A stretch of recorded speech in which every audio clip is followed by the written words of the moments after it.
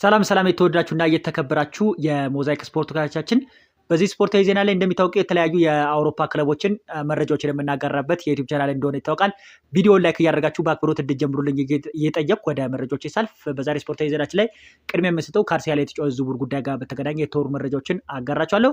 አርሰናል በሳምንቱ መጨረሻ እንግዲህ ከኤብሪች ኢዜ ጋር ንግግር ማድረጋቸውን ፋብሪዚዮ ሮማኖ አጋርቷል። ተጫዋቹን ለማስፈረም አርሰናል ብቻ አይደለም ትኩረት እየሰጡት የሚገኙ ቶተንሃሞችም ተጫዋቹን ማስፈረም እንደሚፈልጉም ተዘግቧል። ከዚህም በተጨማሪ ቤን ጃኮብ ይዞት በወጣው መረጃ መሰረት ኢዜ ወደ አርሰናል ልንመለከታቸው ከሚገቡ ዝውውሮች ውስጥ ይካታሉም ሲል ዘግቧል። ፋብሪዚዮ ሮማኖ እንዳጋራው መረጃ መሰረት በቅዳሜው ዕለት አርሰናሎች ከዚህ ተጫዋች ዝውውር ጉዳይ ጋር በተገናኘ ንግግር ማድረጋቸውን የሚያመላክቱ መረጃዎች በሰፊው ሲዘገብ ነበረ።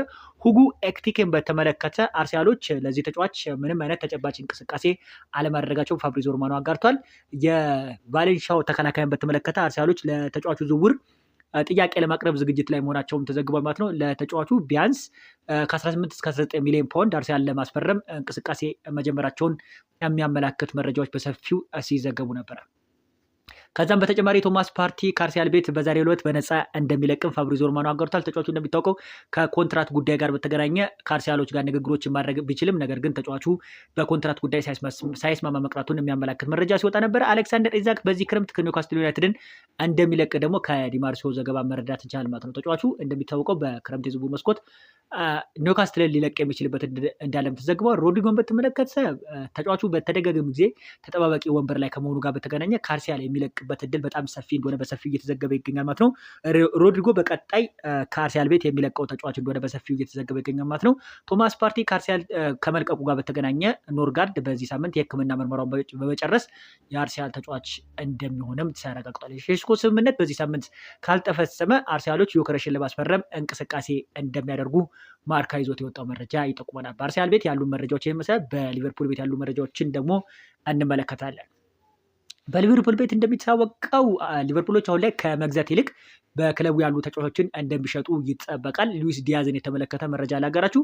ዴኮ ፍሊክ ሉዊስ ዲያዝን ወደ ባርሴሎና ማምጣት አይፈልጉም ሲል ተዘግቧል ማለት ነው።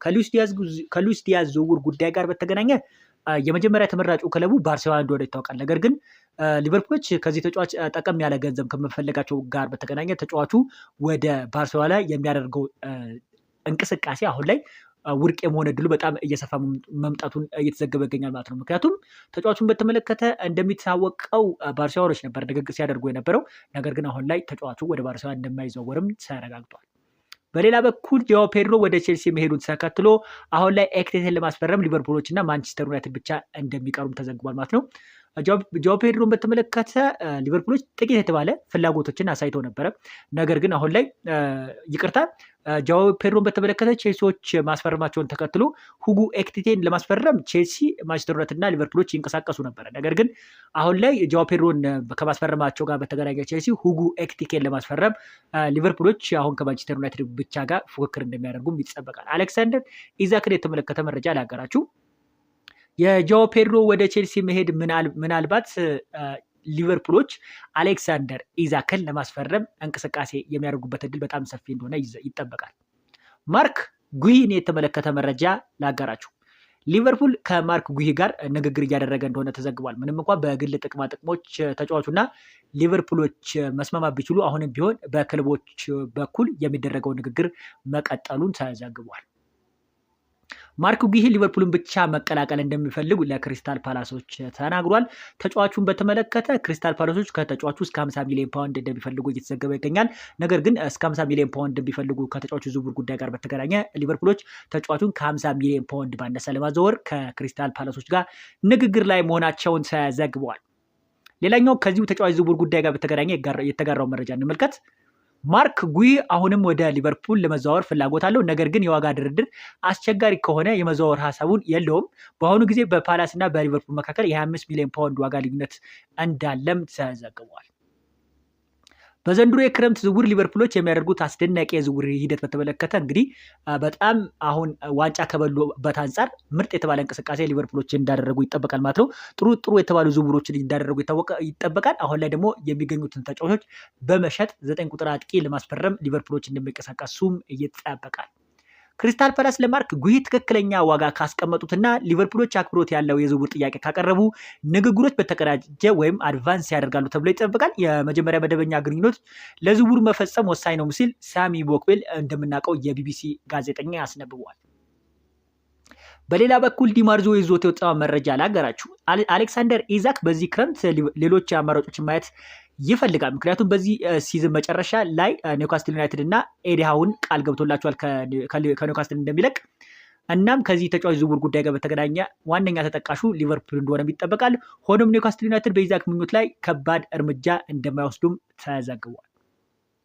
በተጨማሪም ኢዛክ የሲዝኑ መጨረሻ ላይ ለኒውካስትል እና ለኤዲሃው ክለቡ መልቀቅ እንደሚፈልግ ነግሯቸዋል። ነገር ግን ምንም እንኳን ተጫዋቹ መልቀቅ ቢፈልግም ክለቡ ኢዛክን ለመሸጥ ምንም አይነት ፍላጎት አለመኖሩን ከአሌክሳንደር ኢዛክ ዝውውር ጉዳይ ጋር በተገናኘ የወጣው መረጃ ይጠቁመናል ማለት ነው። አሌክሳንደር ኢዛክ በመጨረሻ ከኒውካስትል እንደሚለቅም አሳውቆ ነበር። ምንም እንኳን ተጫዋቹ ከኒውካስትል መልቀቅ ቢፈልግም ክለቡ ግን ተጫዋቹ መሸጥ እንደማይፈልግም ተዘግቧል። ማርክ ጉሂ በሊቨርፑል አዲስ የተከላካይ ዝርዝር ውስጥ ከፍ ብሎ ይገኛል። ጉሂ የሊቨርፑል ብቸኛ ምርጫ አይደለም። ነገር ግን ተጫዋቹን ቀጥተኛ ግንኙነት ያደረገው ክለብ ሊቨርፑል መሆኑን ፋብሪዞ ሮማኖ አስነብቧል። ያሬን ኮንሳ ወደ ባየር ሊቨርኩሰን የሚያደርገው ዝውውር አጠናቋል። ሙሉ የሕክምና ምርመራው ተጠናቋል።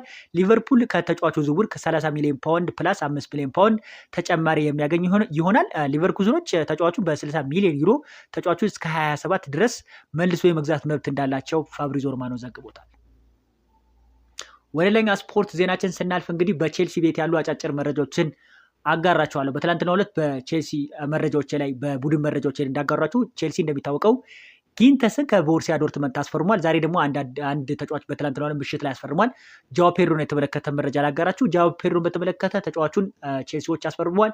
ሂር ዊ ጎ ተብሏል ማለት ነው። ቼልሲ በአጥቂ ስፍራ ላይ አንድ ተጨማሪ ተጫዋች ወደ ቡድኑ ቢጨምርም አልገረምም። አሁንም አማራጮችን እየተመለከተ ይገኛል። በሚመጡት ተጫዋች ሁኔታ ምን እንደሚፈጠር እናያለን ሲል ፋብሪዞ ሮማኖ ከቼልሲ ዝውውር ጉዳይ ጋር በተገናኘ አጋርቷል። ጃኦ ፔድሮ ከንኩንኩና ፍሌክስ የተሻለ ለማሬስካ ጨዋወት ተስማሚ ተጫዋች እንደሆነ ይጠበቃል። ፊሊክስ በቤኔፊካ ይፈለጋል። እንዲሁም ትክክለኛ ገንዘብ ከቀረበ ንኩንኩ እንዲወጣ ተፈቅዶለታል ይላል የጋርዲያን ዘገባ ማለት ነው። ከዚህ ተጫዋች ዝውውር ጉዳይ ጋር በተገናኘ ንኩንኩን በተመለከተ ተጫዋቹን በክረምት የዝውውር መስኮት ለመልቀቅ ቼልሲዎች እያሰቡ መሆናቸውን የሚያመላክት መረጃዎች እየወጡ ነበረ። ምንም እንኳን ተጫዋቹን የሚቀርብላቸው የገንዘብ መጠንን ባመላከተ መልኩ ነው ቼልሲዎች መልቀቅ የሚፈልጉት እንጂ ተጣድፈው ተጫዋቹን መሸጥ እንደማይፈልጉት እየተዘገበ ይገኛል። በሌላ በኩል የጃኦ ፔድሮን ዝውውር የጨረሰው ቼልሲ አሁን ላይ ደግሞ ፊቱን ወደ መሐመድ ኩዱስ ያዞር ይመስላል ማለት ነው። ከዚህ ዝውውር ጉዳይ ጋር በተገናኘ የተጋራው መረጃ ላጋራችሁ። ኢንዞ ማሬስካ በተለያዩ የአጥቂ ክፍሎች መጫወት የሚችል ተጫዋች ሲፈልግ ቼልሲዎችም ኩዱስን ለማስፈረም እንዳሰቡ ተዘግቧል። ዌስትሃም ለኩዱስ ዝውውር ጥያቄ እንደሚቀበል ይታወቃል። ጃኮብ ስቴን ነው ይህንን ዘገባ የዘገበው ማለት ነው። ኩዱስ ደግሞ በቀጣይ ዝውውር በቼልሲ ቤት ልንመለከታቸው የሚመለከታቸው ተጫዋቾች ውስጥ እንደሆነ ይጠበቃል። ኑኑ ማዱዌኬ የአርሰናል እና የኒውካስትል ጨምሮ ፍላጎቶችን መሳቡን እየተዘገበ ይገኛል። በዚህ ሳምንት ተጫዋቹን ለማስፈረም አርሰናሎች መነጋገራቸውን የሚረሳ ጉዳይ አልነበረም። ቀጥተኛ የሆነ ንግግር ነው ሲያደርጉ የነበረው። የቡካዮ ሳካ ተተኪ ለማድረግ አርሰናሎች ተጫዋቹን ይፈልጋሉ። ነገር ግን ተጨባጭ የሆነ እንቅስቃሴ ከአርሰናል በኩል አልተመለከትንም። ቼልሲ ኩዱስን ለማስፈረም ጥረት እያደረገ ሲሆን የማሬስካ ሌሎች ፍላጎት አዲስ ግብ ጠባቂና የመሃል ተከላካይ መሆናቸው ተለይቷል። ቼልሲ በዚህ ሳምንት ለጆን ዱራን ማስፈረም የቀረበለትን እድል እንዳልተቀበለውም ተዘግቧል። በሌላ በኩል ተከላካይ በተመለከተ ቼልሲዎች አንድ ተጫዋች ለማስፈረም አሁን ላይ እንቅስቃሴ እያደረጉ ይገኛል። ይህንን በተመለከተ መረጃ ላጋራቸው። የቤኔፊካው ተከላካይን ቼልሲዎች አሁን እየተመለከቱ ይገኛሉ።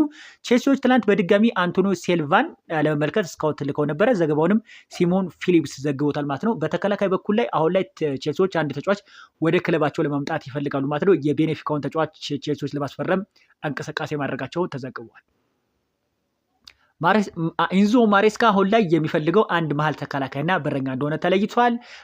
ቼልሲዎች እንደሚታወቀው ከማሬስካ ፍላጎት በተጨማሪ እንደ ፔድሮ ያሉ ሁለገብ አጥቂ ማስፈረም እንደሚፈልጉም ተዘግቧል ማለት ነው። ጃኦ ፔድሮን በተመለከተ በትናንትናው ዕለት ቼልሲዎች ሂር ዊ ጎ ተብሏል ማለት ተጫዋቹን አስፈርሟል።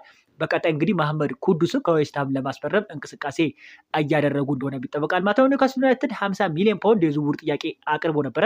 ነገር ግን ብራይተኖች ውድቅ አድርገውታል። ነገር ግን ቼልሲዎች 50 ሚሊዮን ፓውንድ ለብራይተን ሲያቀርቡ ተቀብለውት ተጫዋቹ ሂር ዊ ጎ ተብሏል ማለት ነው። ከቼልሲ ዝውውር ጉዳይ ጋር በተገናኘ ኩዱስን የተመለከተ መረጃ ነው በሰፊው ሲዘግብ የነበረው። ኩዱስ በቶተናም እንደ ዋና ኢላማ ውስጥ ተለይቷል። እናም ከ85 ሚሊዮን የውል ማፍረሻ በታች በሆነ ዋጋ ስምምነት ላይ ለመድረስ እንደሚችሉ ተስፋ እንዳደረጉ ይታመናል። ቼልሲ ለኩዱስ ፍላጎት አሳይተው ነበረ። ነገር ግን የጄምስ ጊንተስ እና የጃዋ ፔድሮ ዝውውር ላይ በማጠናቀቅ ላይ መሆናቸውንም ተዘግቧል። ጃዋ ፔድሮ በቼልሲ የዓለም ክለቦች ዋንጫ ቡድን ውስጥ በ23 ዓመቱ 12ኛው ትልቁ ተጫዋች ይሆናል። ቶንሲን፣ ንኩንኩ፣ ሳንቼዝ፣ ዱሉቤሪንግ እና በቡድኑ ውስጥ ትልቁ እድሜ እንግዲህ 27 ዓመት ብቻ እንደሆነ ተዘግቧል። ከቼልሲ ዝውውር ጉዳይ ጋር በተገናኘ የዘገብንላችሁ መረጃ ይህንን ይመስላል ማለት ነው። በተለይ ደግሞ ቼልሲዎች እንደሚታወቁት አሁን ላይ የጃዋ ፔድሮ ዝውውር መጨረሳቸውና መዝጋታቸውን ይታወቃል። ከዛ በዘለለ ግን ቼልሲዎች እንደሚታወቀው አሁን ላይ የመሐመድ ኩዱስን ዝውውር ለመጨረስ እንቅስቃሴ እያደረጉ እንደሆነ በሰፊ እየተዘገበ ይገኛል ማለት ነው። ማንቸስተር ዩናይትድ ቤት ታዲያ አንድ መረጃ ላጋራችሁና በማንቸስተር ዩናይትድ ቤት መረጃዎችን ይጨርሳሉ ማለት ነው። ማንቸስተር ዩናይትድ እንደሚታወቀው የካዛሚሮን ዝውውር በተመለከተ 1 ዓመት ኮንትራት ለመስጠት ዝግጅት ላይ መሆናቸውን ተዘግቧል። ብሪያን ኤምቦሞን ዝውውር በተመለከተ ዴቪድ ኦርንስተን ባጋራው መረጃ መሰረት የተጫዋቹን የሁለተኛ ዙር ጥያቄ ውድቅ ማድረጋቸውን ብሬንትፎርዶች አጋርቶ ነበረ። ነገር ግን አሁን ላይ ፋብሪዚዮ ሮማኖ ደግሞ አንድ አዲስ መረጃ ከብሪያን ኤምቦሞ ዝውውር ጉዳይ ጋር በተገናኘ አጋርቷል። ሁለትም ቢሆን ከተጫዋቹ ዝውውር ጉዳይ ጋር በተገናኘ ማንቸስተር ዩናይትዶች ድርድር ላይ መሆናቸውን የሚያመላክት መረጃ ሲወጣ ነበረ። ብሪያን ኤምቦሞ እንደሚታወቀው ማንቸስተር ዩናይትድ 62.5 ሚሊዮን ፓውንድ ልክ እንደ ማቲያስ ኩኛ እንደከፈሉት የዝውውር ጥያቄ አቅርቦ ነበረ ለብሬንትፎርዶች። እስካሁን ድረስ ግን ምላሽ አልተሰጠበትም። የተጫዋቹ ዝውውር ጉዳይ በተገናኘ አፕዴት የሆነ መረጃ አጋራችኋለሁ። ማንቸስተር ዩናይትድ ተጫዋቹን ለማስፈረም አሁን ላይ ጠንከር ያሉ እንቅስቃሴዎችን እያደረጉ ይገኛሉ። ይህንንም ዝውውር ሲጨርሱ ወደ አጥቂ መስመር ላይ በመጓዝ ተጫዋች እንደሚያስፈርሙ ይጠበቃል። በአጥቂ መስመር ላይ ማንቸስተር ዩናይትድ ሁጉ ኤክቲኬን ለማስፈረም ይፈልጋሉ። አሁንም ግን ከተጫዋቹ የገንዘብ መጠን ጋር በተገናኘ አለመጣጣሞች እንዳሉ እየተዘገበ ይገኛል ማለት ነው። የዛሬ ስፖርታዊ ዜናችን ይህን መሰል። በሌላ ቪዲዮ እስክንገናኝ ለሁላችሁም ቸር ጊዜን ተመኛላችሁ። በተለይ ከሁሉም ዝውውር ጉዳይ ጋር በተገናኘ ያለን መረጃ ይህን ይመስላል። በሌላ ቪዲዮ በአዲስ መረጃ እስክመለስ ለሁላችሁ መልካም ጊዜ ተመኙ። ቻው።